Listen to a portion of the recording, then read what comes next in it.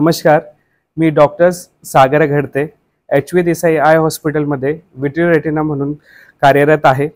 रक्तदाब म्हणजे काय? तर रक्तदाब म्हणजे जेव्हा आपल्या धमन्यांमधलं प्रेशर 120/80 च्या वरती जातं, याला रक्तदाब म्हटले जातं। 17 मे म्हणजे जागतिक रक्तदाब दिवस। या दिवशी आजपर्यंत तुम्हाला बऱ्याच वेळा रक्तदाबामुळे हृदयावर काय परिणाम होतो, किडनीवर काय परिणाम होतो किंवा मेंदूवर काय परिणाम होतो याबद्दल बरीच माहिती मिळाली असेल। पण आज मी तुम्हाला डोळ्यांमध्ये रक्तदाबामुळे होणारे परिणाम याबद्दल थोडीशी माहिती देणार आहे। तर रक्तदाब आणि डोळे यांमध्ये काय संबंध आहे किंवा जेव्हा कोणाला रक्तदाब असतो त्याच्यामुळे डोळ्यामध्ये काय परिणाम होतात यावर थोडा प्रकाश टाकणार आहे। ज्यांना रक्तदाब आहे, कुठल्याही कारणामुळे असो, वयामुळे असो किंवा प्रेग्नन्सीमुळे जर रक्तदाब वाढत असेल तर या सगळ्या कारणांमुळे हळूहळू डोळ्यांच्या रक्तवाहिन्यांमध्येही काही बदल होतात आणि त्याच्यामुळे आपली नजर धूसर होत जाऊ शकते। त्यामुळे रक्तदाब कंट्रोलमध्ये असणे हे फार गरजेचं असतं। याकरता तुम्ही जनरल फिजिशियनकडे जाऊन आपला रक्तदाब व्यवस्थित आहे की नाही वारंवार चेकअप करून आवश्यक त्या औषधी गोळ्या घेऊन ते कंट्रोलमध्ये आणू शकतात।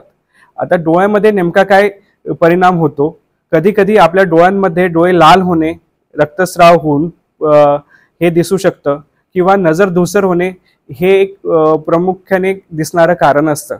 बऱ्याच वेळा एक नॉर्मल चेकअप, रूटीन चेकअपसाठी आलेल्या पेशंटमध्ये सुद्धा आम्हाला रक्तवाहिन्यांमध्ये असे बदल दिसतात किंवा नसेवर अशी सूज दिसते, त्यानुसार पण लक्षात येऊ शकतं की त्यांना बीपीचा आजार असू शकतो म्हणून।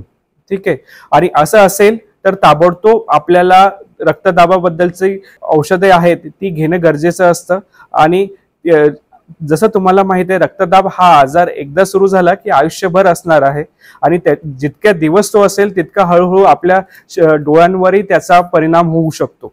त्याच्यामुळे रक्तदाब कंट्रोल ठेवणं फार गरजेचं असतं। आता रक्तदाबामुळे जसं तुम्हाला सांगितलं की नजर धूसर होऊ शकते आणि त्याला नेमकी काय ट्रीटमेंट करता येईल हे कुठल्या प्रकारच्या आजारामुळे नजर धूसर झाली यावर डिपेंड करतं। कधी कधी डोळ्यांमधल्या रक्तवाहिन्या फुटतात किंवा रक्तवाहिन्या बंद होतात, याच्यामुळे सुद्धा दृष्टी कमी होऊ शकते।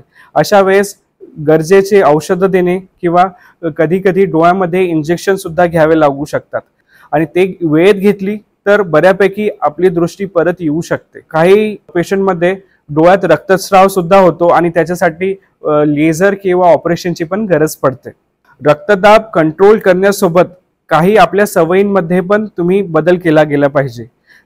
ज्याही व्यक्तींना धूम्रपान करायची सवय असेल किंवा खूप जास्त फ्राईड फूड किंवा तळलेली पदार्थ खायची सवय असेल, मीठ वगैरेचं प्रमाण जास्त असेल तर ते टाळणे गरजेचं असतं। नाहीतर हा आजार आणखी वाढत जाऊन कायमस्वरूपी डोळ्याची दृष्टी कमी करू शकतो। तुम्हाला रक्तदाब असेल तर तुम्ही वर्षातून एकदा तरी एक रूटीन चेकअप केलं पाहिजे। एच.व्ही. देसाई आय हॉस्पिटलमध्ये आपल्याकडे सगळे अत्याधुनिक उपकरणं आहेत ज्याच्यानुसार ज्यांनी आम्ही सगळं तपासू शकतो आणि ज्याही गरजेच्या तपासण्या असतात डोळ्याशी रिलेटेड सगळ्या तपासणी एच.व्ही. देसाई आय हॉस्पिटलमध्ये होतात।